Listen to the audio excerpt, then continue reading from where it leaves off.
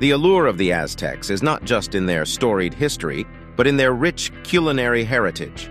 Before the European contact, the Aztecs had developed a diverse and unique cuisine, dived deep into the flavors, techniques, and ingredients that were the soul of Aztec food culture. Maize, known today as corn, was more than just a staple in the Aztec diet. It was the very essence of life and culture for this Mesoamerican civilization. Its significance transcended the culinary realm, permeating into religious ceremonies, societal structures, and everyday life. To truly grasp the Aztec world, one must understand the paramount importance of maize.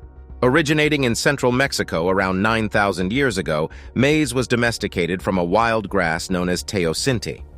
This transformative process didn't just result in an essential food source for the Aztecs, but also served as a foundation for the rise of complex societies throughout the region. The bounty that maize provided allowed for stable, year-round settlements, thus paving the way for the magnificent cities like Tenochtitlan that would come to epitomize the Aztec Empire. To the Aztecs, maize was not merely a plant, it was deeply intertwined with their cosmology. They believed that human beings were created by the gods from maize dough. This rendered every act of planting, nurturing, harvesting, and consuming maize a reverential act. It stood not only as a bridge between the mundane and the divine, but also a testament to the reciprocal relationship between humans and their gods. Each maize harvest was a tangible sign of the gods' favor and required appropriate gratitude and offerings. But the reverence for maize was also practical. It provided a majority of the caloric intake for the average Aztec, making it a dietetic necessity. The grain was incredibly versatile, transformed into a variety of foods suitable for both daily consumption and special occasions. Tamales filled with beans, chilies, or even meat were eaten during festivals and ceremonies. Tortillas, on the other hand, were an everyday staple. Made from nixtamalized maize, a process that involved soaking and cooking the corn in an alkaline solution, tortillas were not just delicious but also nutritionally enhanced. Nixtamalization unlocked vital nutrients, such as niacin, and made the maize more digestible. Maize also provided the base for atole, a thick drink often flavored with chili, honey, or vanilla, and consumed at various times of the day. Its thicker counterpart, pozole, was a dough-like preparation that could be diluted with water and consumed as a refreshing drink on the go, a precursor to today's smoothies. While maize dominated, the Aztecs understood the importance of a balanced diet. They complemented maize with beans, squashes, and chilies, creating a triad of staples that offered a wide range of nutrients. Beans provided protein, complementing the amino acids found in maize, and together they formed a complete protein source, crucial for a population that had limited access to animal protein. Beyond nutrition and cosmology, maize had socio-economic implications.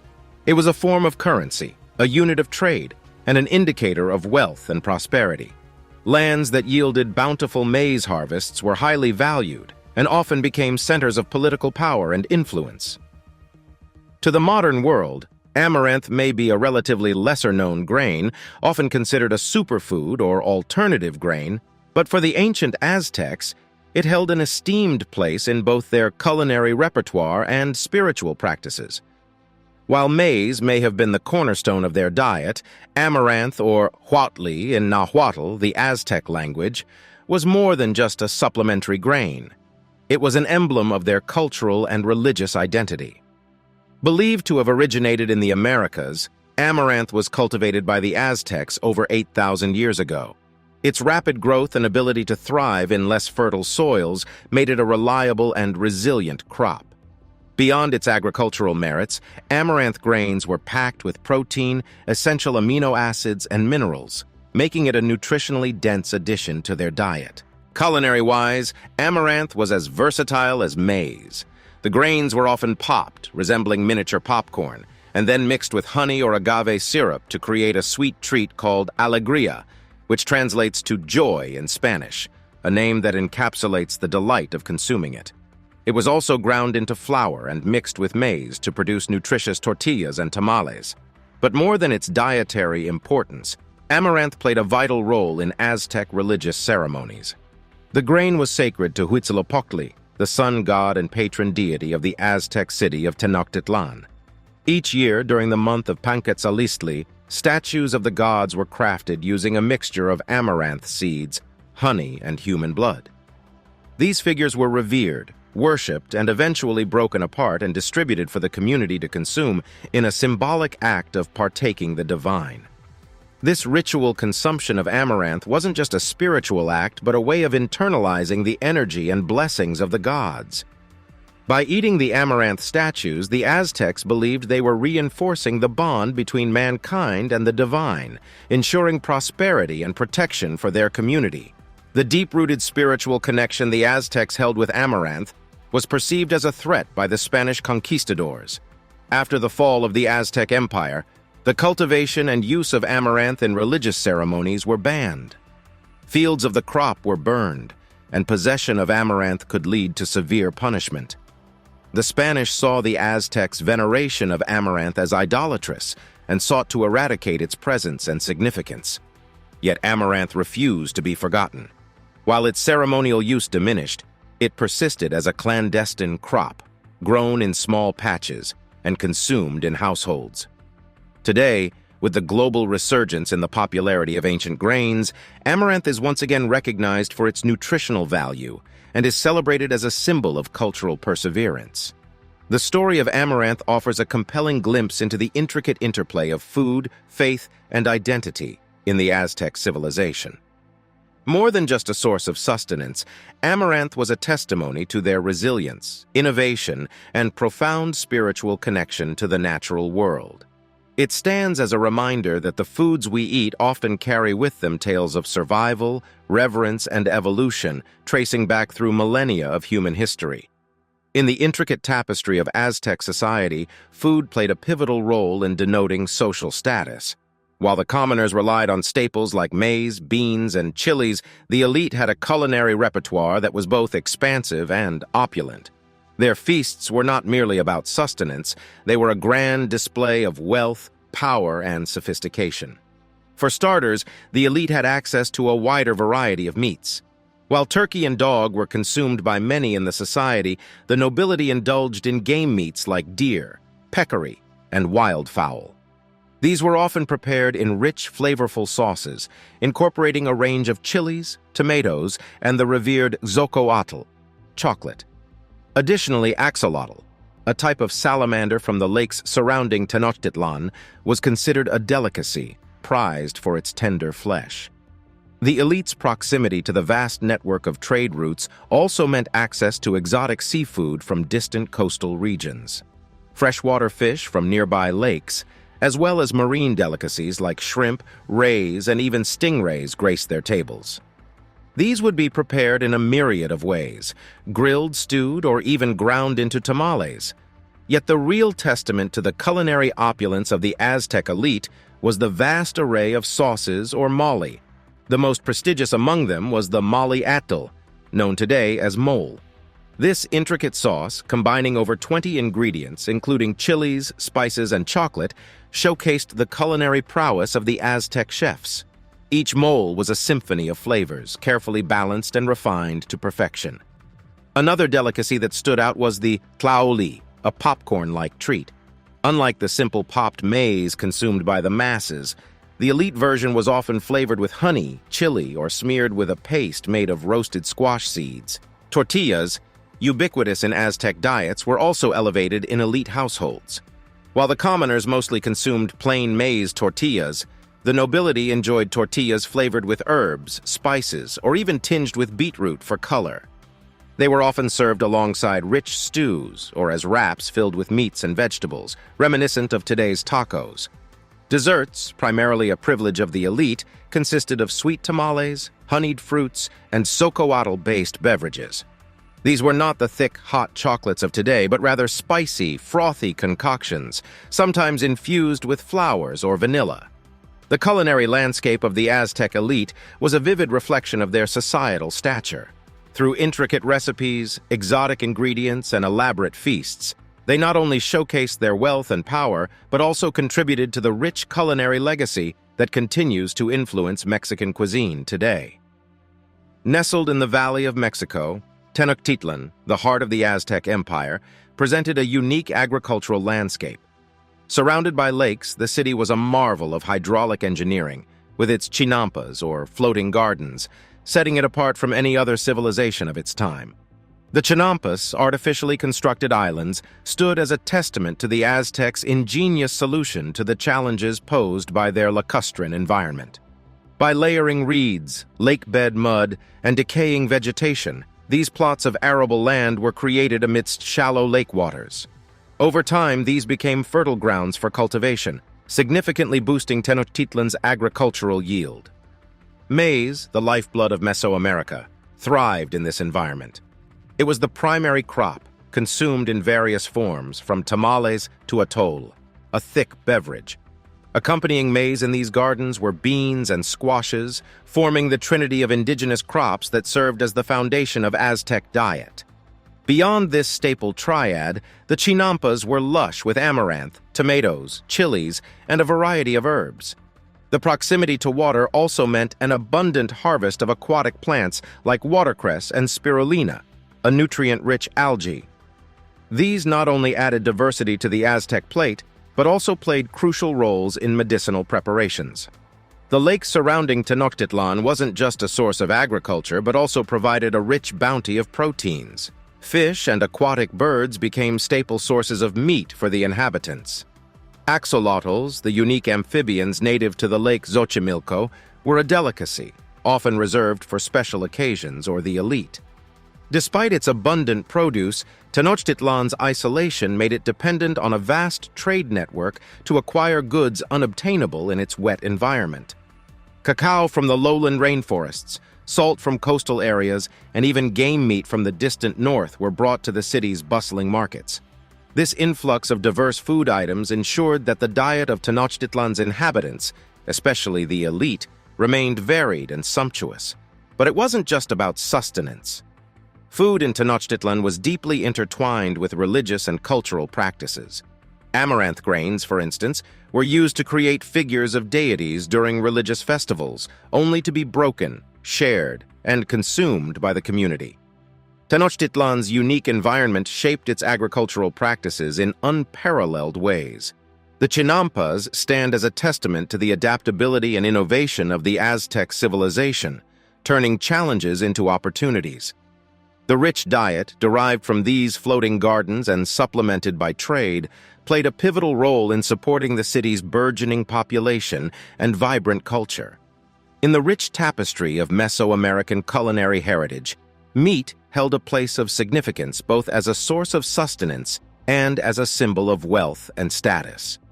While the foundation of the Aztec diet lay in agricultural produce such as maize, beans, and squashes, the consumption of meat added essential proteins and marked occasions of festivity, ritual, and elite indulgence. The dense forests and diverse terrain surrounding the Aztec heartlands provided an abundant source of wild game. Deer were among the most prized, not only for their meat, but also for their hides and antlers. Rabbits, armadillos, and various birds supplemented the diet, especially for those living closer to the wild fringes of the empire. For those in urban centers like Tenochtitlan, such meats became accessible through the vast marketplaces or as tribute from vassal states. The Aztecs did not have large livestock like cows, pigs, or chickens as seen in other parts of the world. Instead, they relied on domesticated animals like turkeys and dogs, which were specially bred for consumption. The Xoloitzcuintli, a hairless breed of dog native to Mexico, was particularly esteemed for its meat, often reserved for special occasions or rituals. Tenochtitlan's unique lacustrine environment meant that aquatic life played an essential role in meat consumption. Fish of various species, frogs, and even axolotls, those unique salamanders from Lake Xochimilco, enriched the diet. Turtles and their eggs, considered delicacies, were often traded extensively within the empire. Often overlooked but vital, insects provided a significant protein source. From the maguey worm, often roasted and eaten as a snack or topping, to the nutritious and abundant chapulines, grasshoppers, these tiny sources of protein were both accessible and sustainable. They could be ground into a meal, added to sauces or consumed directly, providing a crunchy counterpoint to the otherwise soft staple foods. While everyone consumed meat, its frequency and variety often depended on one's social status. The elite and the priesthood had more regular access to a diverse range of meats, while the common populace consumed meat less frequently, often during festivals or significant occasions. This disparity also meant that the trading, breeding, and hunting of meat sources were lucrative professions, creating an intricate socio-economic web around meat consumption.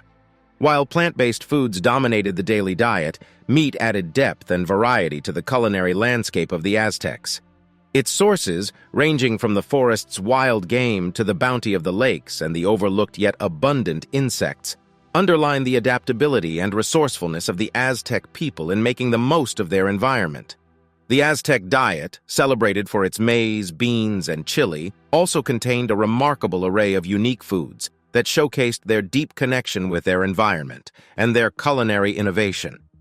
Ranging from lake-harvested algae to native fungi, these ingredients added diversity, nutrition, and flavor to the daily meals of the Aztec populace. Before spirulina became a global superfood in modern health circuits, the Aztecs harvested this blue-green algae from the surface of Lake Texcoco. Known locally as tequitlatl, it was collected, shaped into cakes, and sun-dried. These cakes were later reconstituted in various dishes, offering a rich source of protein and essential nutrients. While many cultures might regard a fungal disease on their crops as a blight, the Aztecs turned it into a culinary treasure. Huitlacoche, often termed corn truffle or Mexican caviar in contemporary times, is a grayish-blue fungus that grows on maize ears. Its unique earthy flavor profile makes it a sought-after delicacy, enriching tamales, stews, and tortillas. To the uninitiated, the idea of consuming ant larvae might seem unconventional, but for the Aztecs, escamoles were akin to a gourmet delight. Harvested from the roots of the maguey plant, these insect caviar nuggets were sautéed with spices and tomatoes and enjoyed for their buttery texture and nutty flavor. This is a lesser-known gem from the Aztec culinary repertoire. Zacahuil is a giant tamale, often several feet long, filled with a mixture of maize dough, meats, chilies, and other ingredients. It was traditionally wrapped in banana or maguey leaves and slow-cooked in underground pits. Due to its size and the effort involved in its preparation, it was often associated with communal feasts and gatherings. The prickly pear cactus, or nopal, is both a symbol and sustenance source in Mexico. The tender pads of the cactus were cooked and consumed as vegetables, while the fruit, known as tunas, was relished for its sweet taste and hydrating properties. These unique ingredients underline the adaptability and creativity of the Aztec cooks. They didn't merely source and consume foods, they transformed them, weaving them into the larger narrative of their culinary, cultural, and spiritual lives. By exploring and integrating diverse ingredients from algae to fungi, the Aztecs laid the foundation for the rich gastronomic tapestry that is Mexican cuisine today. In the rich tapestry of Aztec culture, beverages were not just a means of quenching thirst, but they played an essential role in rituals, ceremonies, and daily life. Many of these drinks had deep spiritual significance and were consumed during specific events or times of the year, connecting the Aztecs to their deities and ancestral traditions. At the heart of Aztec ritualistic drinking was pulque, a fermented drink made from the sap of the maguey plant. With a milky appearance and a sour, yeasty flavor, pulque was both a popular drink and a divine elixir. It was believed that pulque was a gift from the gods, particularly the goddess Mayahuel and her partner Patacatl, the god of pulque. This beverage was typically reserved for the elite, priests, and the elderly. However, during certain festivals, it was consumed freely by the general populace, albeit in controlled quantities. Overconsumption was frowned upon and could lead to severe societal penalties, reflecting the sacred nature of the drink. As previously explored, xocoatl or chocolate played a significant role in the Aztec diet. Made from roasted and ground cacao beans, xocoatl was unlike the sweet chocolate familiar to us today. It was a frothy, bitter drink, often flavored with vanilla, chili, and other spices. It held ritualistic significance, being offered to gods during ceremonies, and was also a marker of elite status. Atol was a thick, warm beverage made from mesa, corn dough combined with water or milk. Often sweetened with honey or flavored with fruits, chilies, or spices, it provided both sustenance and comfort. Atol was consumed by all sections of society, and its rich, nourishing consistency made it a favorite during colder months and festive occasions. Originating from Oaxaca but popular amongst the Aztecs, tejate is a traditional drink made from maize and cacao. This frothy beverage, often referred to as the drink of the gods, includes ingredients like mami pits and rosita flowers, giving it a unique flavor and texture. Due to the labor-intensive preparation process, tejate was primarily consumed during special occasions and ceremonies. Tepache was a fermented drink derived from the bark of the pine tree sweetened with honey. Over time, the recipe evolved, and various fruits like pineapple were used for fermentation. Lightly alcoholic and refreshingly tangy, tepache was a popular drink amongst commoners. Chia seeds, native to Mexico, were a staple in the Aztec diet. When mixed with water, these seeds form a gel-like consistency. Flavored with lime and sweetened with honey, this beverage, known today as chia fresca, was a revitalizing drink that provided hydration and energy, especially to warriors during long expeditions. Ritualistic drinking was a cornerstone of Aztec society. It intertwined the physical act of drinking with spiritual, cultural, and social aspects. Whether it was the reverence associated with pulque, the luxury of zocoatl, or the warmth of atol, beverages were more than just drinks.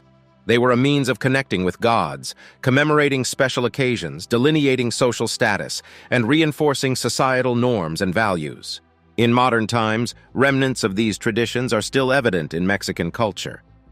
The legacy of the Aztecs is not just in the ancient ruins or the pages of history books, but also in the living traditions, recipes, and rituals that continue to thrive in contemporary Mexican society. The Aztec Empire, with its intricate societal hierarchies, was marked by pronounced contrasts in lifestyle, roles, and notably dietary practices. From the luxurious palaces of the royalty to the simple homes of the commoners, food was not merely sustenance. It mirrored one's position, wealth, and social significance within the empire. Aztec royalty lived a life of opulence, and their dining tables bore testimony to their exalted status. Emperors like Moctezuma II often had large banquets prepared with an array of choices. According to historical records, such feasts could feature up to 300 dishes in a single meal. The royal palate was accustomed to the flavors of exotic game such as jaguars, deer, and wild fowls. These were often prepared with lavish seasonings, combining herbs, spices, and the prized chili peppers. Royalty also indulged in xocoatl, the luxurious chocolate drink often mixed with honey, vanilla, and sometimes even spices, signifying their high stature. Seafood held a special place in royal feasts. The proximity of Tenochtitlan to lakes enabled a rich variety of fish, shrimp, and aquatic delicacies like axolotls and tadpoles to grace the tables of the elite. The diet of the common Aztec was more straightforward but nutritious. Maize was the cornerstone, consumed primarily as tortillas or tamales. These could be complemented with beans, squashes, and chili peppers, forming a balanced diet rich in proteins, fibers, and essential vitamins. While the elite had the luxury of consuming meat regularly, commoners had it less frequently. When they did, it was often turkey or dog meat. For those living close to water bodies, fish was a more accessible source of protein. Additionally, commoners innovatively utilized the flora and fauna available in their surroundings. Amaranth grains, rich in protein, were used both for their nutritional value and religious significance. They also consumed various insects like maguey worms, ants, and grasshoppers, which provided essential proteins and fats. Trade was vibrant in the Aztec Empire, and merchants, known as pochteca, played a pivotal role in the distribution of foods. While the elite had first access to exotic goods like cacao, vanilla, and certain fruits, on occasion commoners could obtain them, albeit at a higher price. Markets like Tlatelolco were bustling hubs where one could witness the vast dietary contrast within the empire. Religion permeated all aspects of Aztec life, including their diet. While both royalty and commoners partook in religious festivities, the nature of their involvement and what they consumed could vary significantly. For instance, during religious festivals, pulque might be consumed by all, but in everyday life, its consumption was restricted primarily to the elderly, priests, and the elite. The dietary contrasts in the Aztec Empire paint a vivid picture of an intricate society where food was more than sustenance. For royalty, it was a symbol of power, luxury, and divine favor. For commoners, it represented resourcefulness, reverence to traditions, and the cyclical rhythms of nature and agriculture. However, beneath these contrasts, there was a unifying thread: the deep respect for nature's bounty, the land that sustained them, and the gods they believed governed their fate. The differences in their plates might have been stark, but their shared reverence for the cosmic order and their place within it bound the Aztecs together in a harmonious mosaic of culinary traditions.